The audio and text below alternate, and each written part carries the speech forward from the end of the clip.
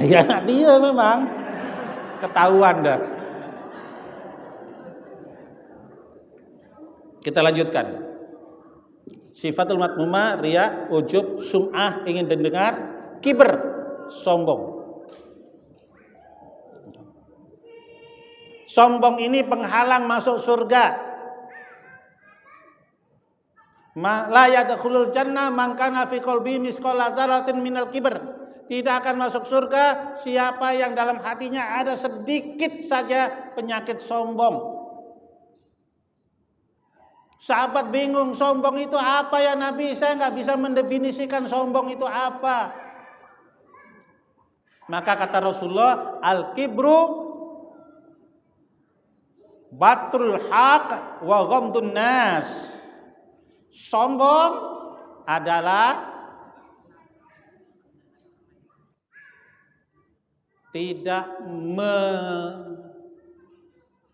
meyakini, tidak mempercayai kebenaran, bahkan tidak menjalankannya. Kebenaran, ada perintah sholat nggak diyakini, nggak dijalankannya. Ada perintah puasa, tak mau puasa. Ada nggak orang tak mau puasa? Saya sering nyampaikan ceramah di mana-mana. Kalau perlu masjid bikin baliho, ditulis besar-besar, yang tak puasa tak boleh raya. Berani nggak Al-Mumtaz? Besar-besar balihonya. Yang tak puasa tak boleh raya. Kenapa? Banyak orang tak puasa ikut, bahkan toplesnya lebih banyak.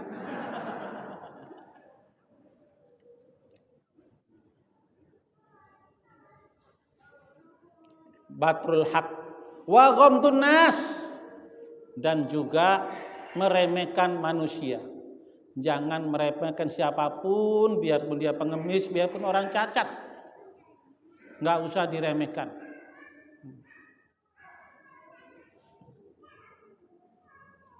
Kadang-kadang suami mudah meremehkan istrinya, hati-hati, itu sombong.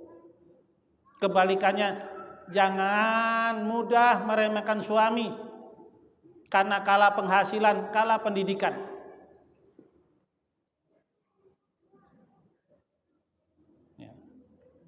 Penghasilannya lebih banyak, pendidikannya lebih tinggi.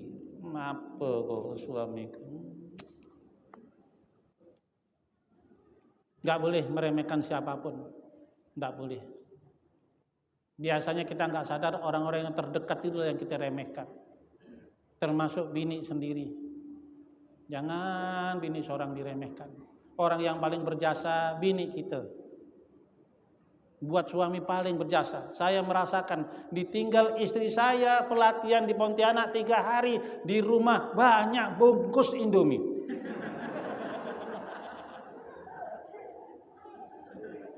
Yang tak suah-suah banyak bungkus Indomie. Pokoknya bertaburan lah bungkus Indomie. Pagi, siang, sore. Tapi saya yang lain, itulah bisanya.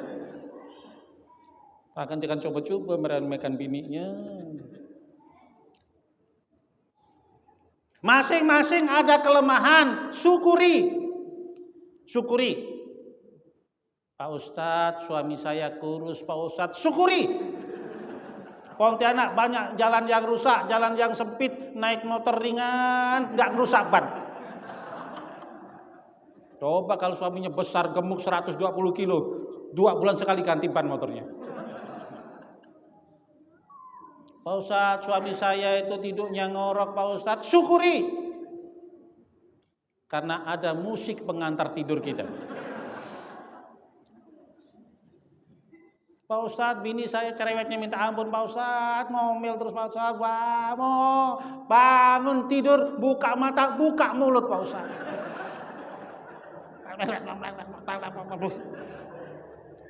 Syukuri. Gak perlu buka TV, gak perlu buka HP, cukup melihat suami istri saja. Hemat listrik. Syukuri. Pak Ustadz, bini saya gemuk, Pak Ustadz. Lain dengan yang lain, Pak Ustadz.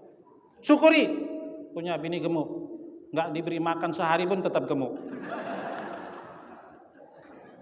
Begitulah berpikir positif thinking sehingga bersyukur. Kita kadang-kadang negatif thinking, nggak bisa memikir gimana. Apa yang kita lihat jadikan syukur. Waduh, enak itu hati kita, nggak berpenyakit, nggak mudah sombong, nggak mudah meremehkan orang lain. Karena apa yang kita lihat, apa yang kita rasa, jadi syukur. Buka dalam surat Al-Ahqaf ayat 15. Surat ke 46 ya. Al-Ahqaf 46 ayat 15. Betul ya, Bang? Iya, ayat 15. Itu kalau melihat apa-apa, menjumpai apa-apa, supaya syukur, ucapkan ayat ini. Kalau saya tambah Allahumma inni askuru ni'mataka allati an'amta alayya wa ala walidayya wa a'mala sholihan tardahu wa aslih li fi dzurriyyati inni tubtu ilaika wa inni minal muslimin. Saya baca ayat ini, saya melihat sesuatu. Ada orang dorong gerobak, Allahumma inni askuru ni'mataka allati an'amta alayya. Ya Allah, saya bersyukur kepadamu selama hidup-hidupku enggak pernah dorong gerobak kayak itu dalam hari-hariku. Ada orang bertukang naik-naik di bangunan, Allahumma inni askuru ni'mataka allati an'amta alayya. Melihat apapun, ucapkan ayat ini supaya tercatat menjadi hamba-hamba yang bersyukur.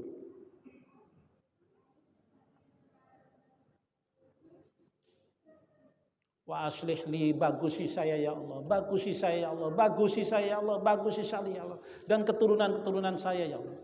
Ini tubtu ilaika, aku tobat ya Allah, aku tobat, ada dosa apa, tobat ya Allah. Wa inni minal muslimin, aku berserah diri kepadamu ya Allah. Inilah supaya kita enggak sombong. Jadi 4 penyakit hati kepada diri sendiri. Apa tadi? Riya, ujub, sum'ah, takabur. Sifatul madmumah li ghairi, sifat tercela pada orang lain.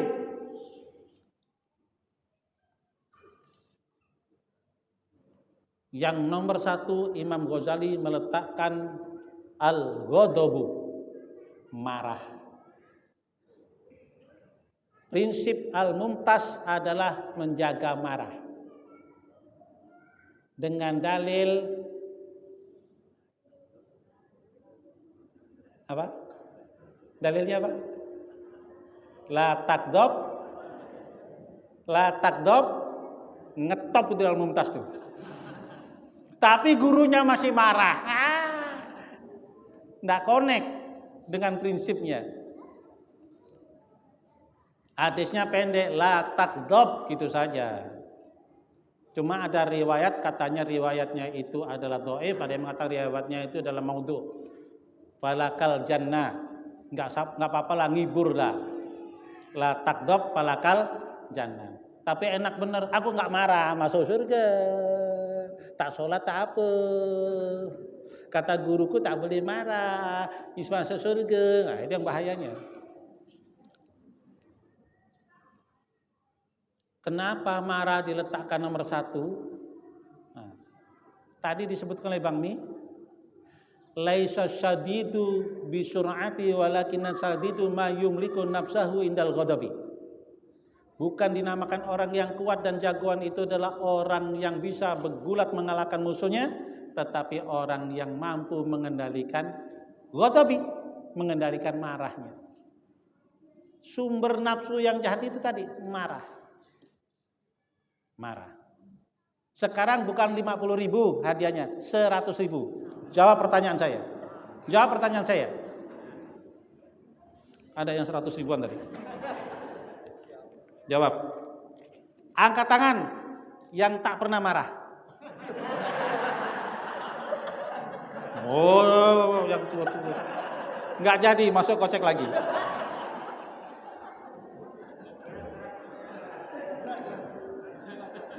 Berat pertanyaannya, bisa dijawab.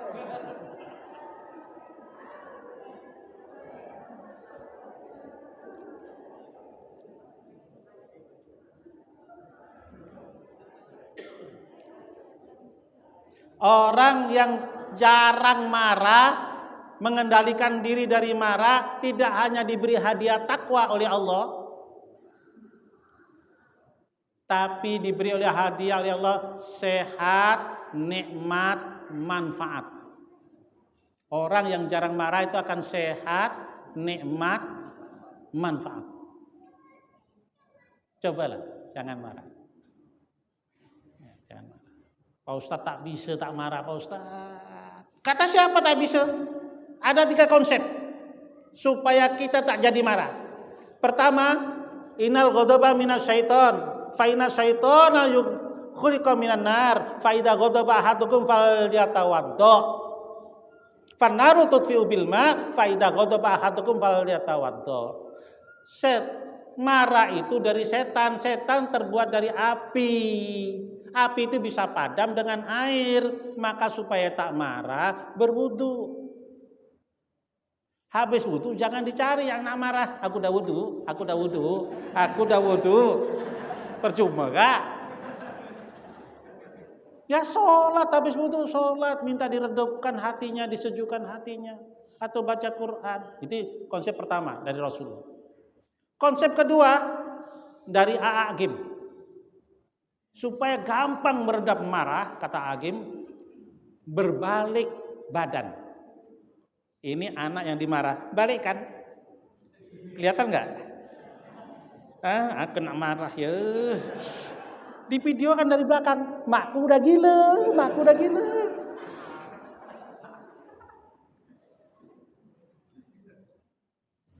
Yang ketiga, konsep dari saya.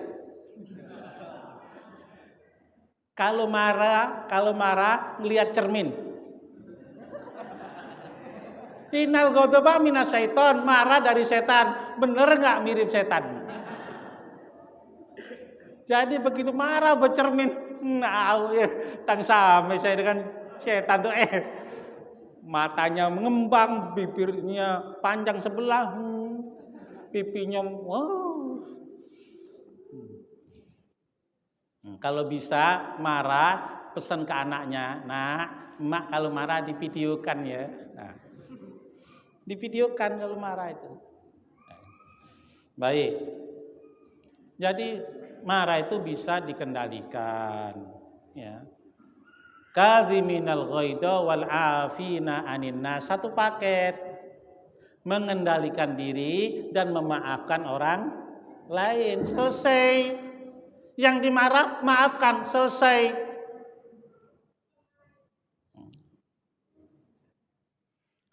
Yang kedua,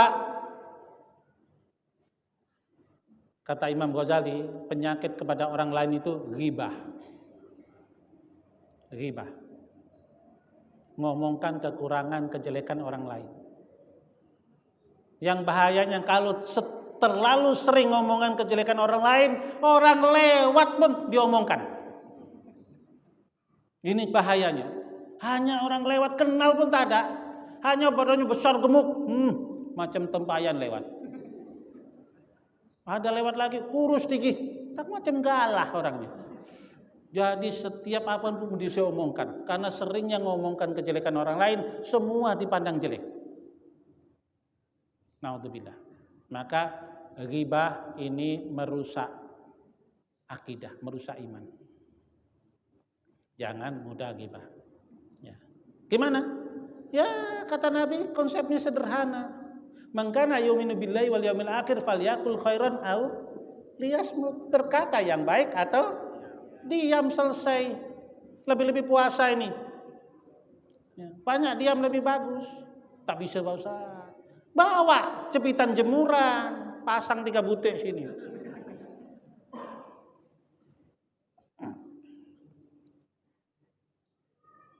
Pertama ghadab, yang kedua ghibah, yang ketiga keturunannya, induknya ghibah, fitnah, menuduh orang lain. Menuduh orang lain. Padahal tidak salah. Tidak seperti yang dituduhkan, hati-hati. Itu fitnah. Al-fitnatu asyadu minal qatl, al-fitnatu akbaru minal qatl. Yang keempat, Al-karihah, benci. Ini sering kita lontarkan, benci aku. Nanti itu benci aku. Suka, tak suka aku benci. Utang 100.000 3 tahun tadi bayar. Yang namanya utang di mana-mana sama, ngutangnya mudah. Yang jawab pengalaman.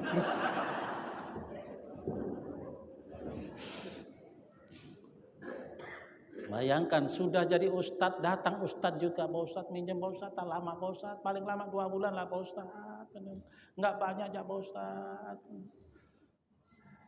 Saya ini orang enggak juga punya, juga enggak miskin, tapi ada lah. Pak Ustadz ada enggak 2,5 juta?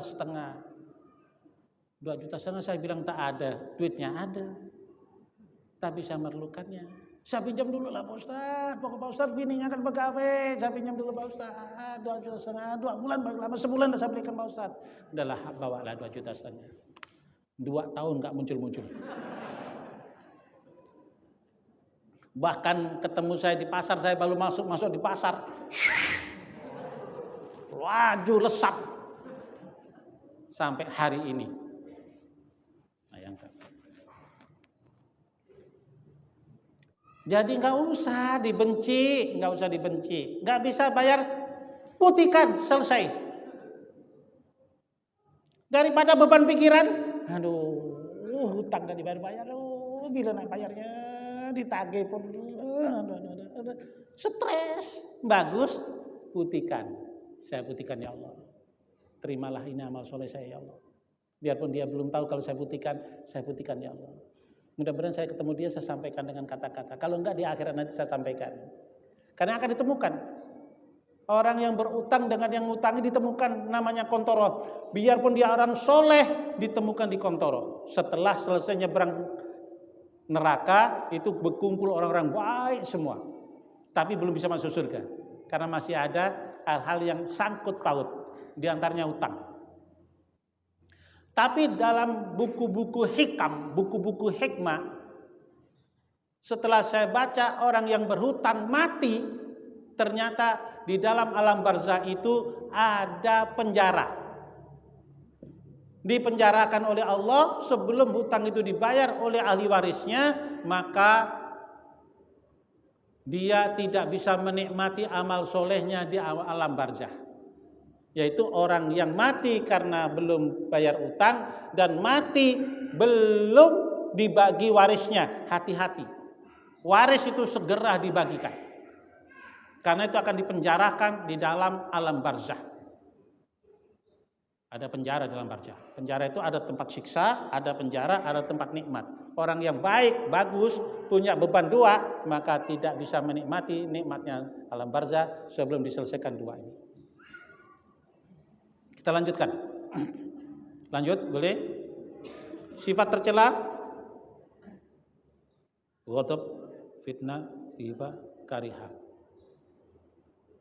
Bukhl, bakhil yang kelima. Bakhil ini turunannya banyak. Bakhil, pelit, lokek, kendekut, masing, garam butuku, seke, cerek.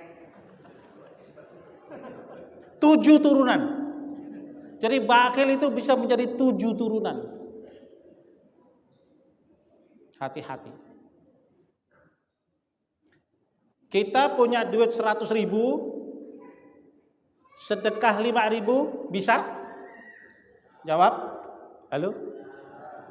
Punya duit 100.000, sedekah 5.000, bisa? Belum kelihatan bakhil. Punya duit 1 juta, sedekah 50.000, bisa? Bisa? Belum nampak bakhil. Punya duit 10 juta, sedekah 500.000, bisa? Ngeramput. Kita naikkan lagi grade-nya. Tadi berapa juta? 10 juta. Berapa sedekahnya? 10.000 sedekah, 100.000 sedekahnya 5.000. 1 juta sedekahnya 50. Sudah ya tadi ya? Sudah diambil. Berarti panitia harus 1 juta.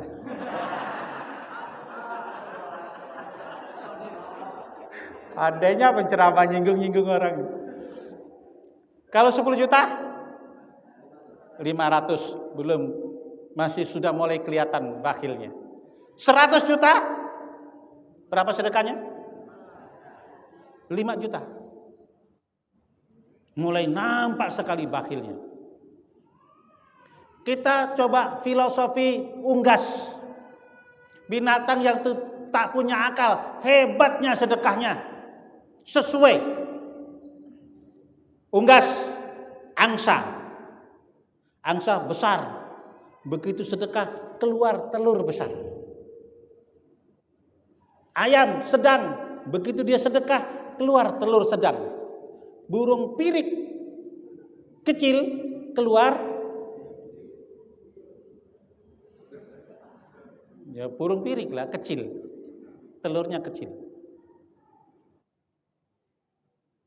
Binatang saja yang tidak punya akal, dia sesuai dalam pengeluaran sedekahnya. Subhan. Saya sengaja pelihara angsa dengan ayam di rumah. Ya, kalau ke rumah saya ketemu unggas 2 ini, ada angsa, ada ayam. Jadi seumur-umur baru sekali makan daging angsa. Dipotongkan angsa. Jadi pengajian, ngisi pengajian, lauknya angsa. Lauk apa nih Pak Haji, kok tukuknya besar-besar nih? Bebek bukan, ayam bukan, apa nih? Angsa Ustaz. Saya coba nyaman. Begitu mau pulang, Pak Ustaz mau nggak pelihara angsa? Ceramah nggak diberi duit, diberi angsa 2 ekor. Itulah kalau ceramah di kampung nih. Ceramahnya dipotongkan angsa, pulangnya diberi. Begitu angsa keluarnya telur besar, karena badannya besar. Kalau rezeki kita besar, keluarkanlah yang besar. Itu ideal.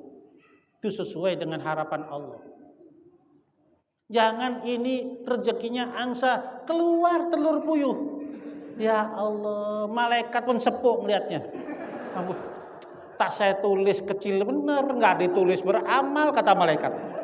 Bingung malaikat nak nulis nih. Nulisnya bulat kecil. Berarti orang yang bakhil itu nyiksa malaikat. Malaikat nggak pernah disiksa oleh Allah, tapi disiksa oleh orang yang bakhil-bakhil. Tersiksa malaikat. Aduh, tulis kita ada. Nggak ditulis dimarah Allah, ditulis pun malu gak saya.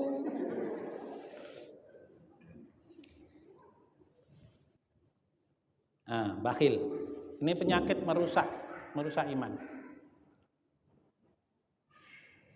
5 udah. Ya. Saya ulangi supaya hafal. Marah, ghibah, fitnah, benci, bakhil, namimah yang ke-6. Adu domba. Adu domba kata Roma Irama.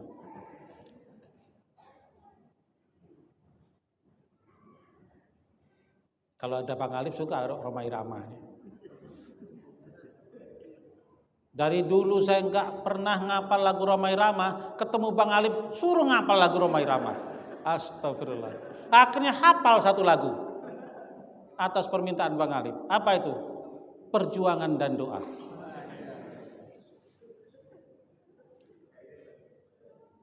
Rakit-rakit ke hulu, berenang ke tepian, sakit-sakit dahulu.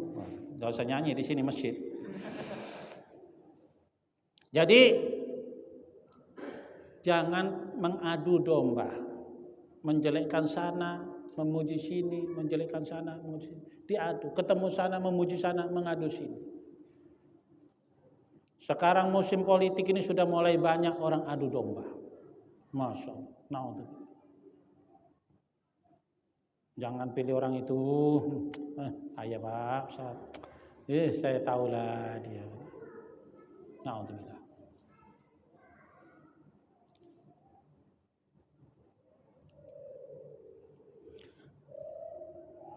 Yang kelima, yang ketujuh, yang terakhir, kasratul kalam.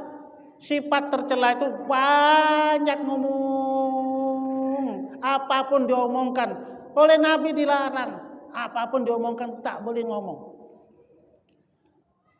Sahabat-sahabat Nabi kalau dipeseni Nabi itu nggak boleh ngomong, nggak diomongkan. Abu Huzaifah dikasih tahu oleh Nabi rahasia melihat orang munafik. Tapi dengan syarat kamu jangan ngomongkan siapapun. Jadi Abu Huzaifah itu kalau ada orang jalan melihat tahu itu orang munafik karena dikasih tahu Rasulullah rahasianya. Bisa melihat orang munafik.